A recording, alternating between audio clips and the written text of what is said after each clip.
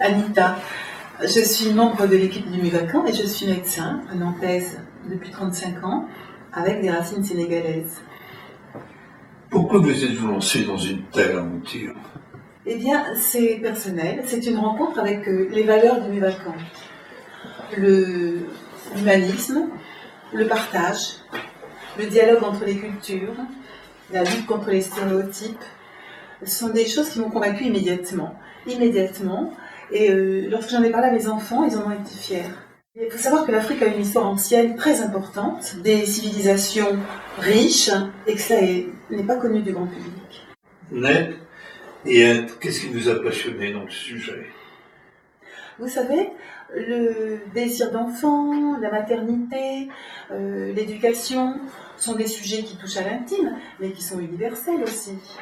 Et c'était pour nous l'occasion de prévoir une manifestation qui réunisse ces beaux objets, 150 à 200 beaux objets, ce qui nous touche, ce qui nous parle, ce qui avive notre émotion, un cheminement réflexif sur les différentes composantes qui constituent un individu, et puis un cycle de conférences, 10, 20, 30 peut-être, conférences sur différents thèmes de ce sujet-là.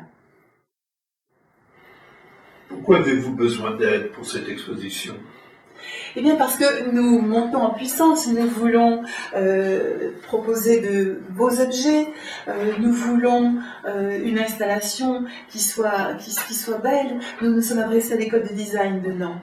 Et là c'est formidable, nous allons avoir une vingtaine d'étudiants qui vont venus de partout, qui vont découvrir ces cultures, cette ancienne Afrique et ces valeurs du MUVACAN, et qui vont être eux-mêmes enthousiasmés. Et puis nous avons également les experts qui vont venir nous faire des conférences, et là aussi nous attendons quelque chose d'enthousiasmant. Qui vous accompagne? Nous sommes accompagnés d'abord par nous-mêmes, nous sommes des passionnés d'Afrique, par d'autres personnes qui nous ont rejoints venues de France et d'ailleurs. Nous sommes accompagnés par notre conseil scientifique, avec des membres du MUVACAN et d'autres personnalités.